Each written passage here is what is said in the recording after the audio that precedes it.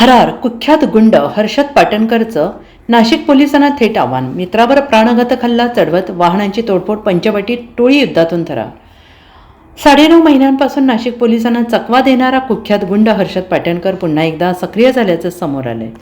नाशिक पंचवटी परिसरातील मोरेमळा हनुमानवाडी येथे रविवारी दिनांक 15 रात्री त्याने आपल्या साथीदारांसह एका जुन्या वादातून मित्रावरच प्राणघातक हल्ला केल्याची धक्कादायक घटना घडली. या प्रकारामुळे नाशिकमध्ये पुन्हा टोळी युद्ध भडकण्याची भीती व्यक्त होते आहे.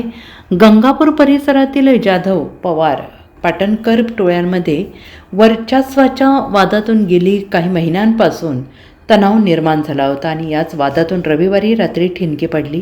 फिर्यादी निलेश रणमाळे हा आपल्या मित्रांसोबत हनुमान मंदिराजवळ गप्पा मारत असताना दबा धरून बसलेल्या हर्षद पाटणकरी आणि त्याच्या साथीदारांनी त्याला घेरलं. रणमाळेला ठार मारण्याच्या उद्देशाने टोळी तेथे जमली होती असा संशय व्यक्त केला जातो आहे. मात्र प्रत्यक्ष हल्ल्यावेळी आरोपींनी दगडफेक आणि धारदार शस्त्रांचा वापर करत रणमाळेला यावर हल्ला केला.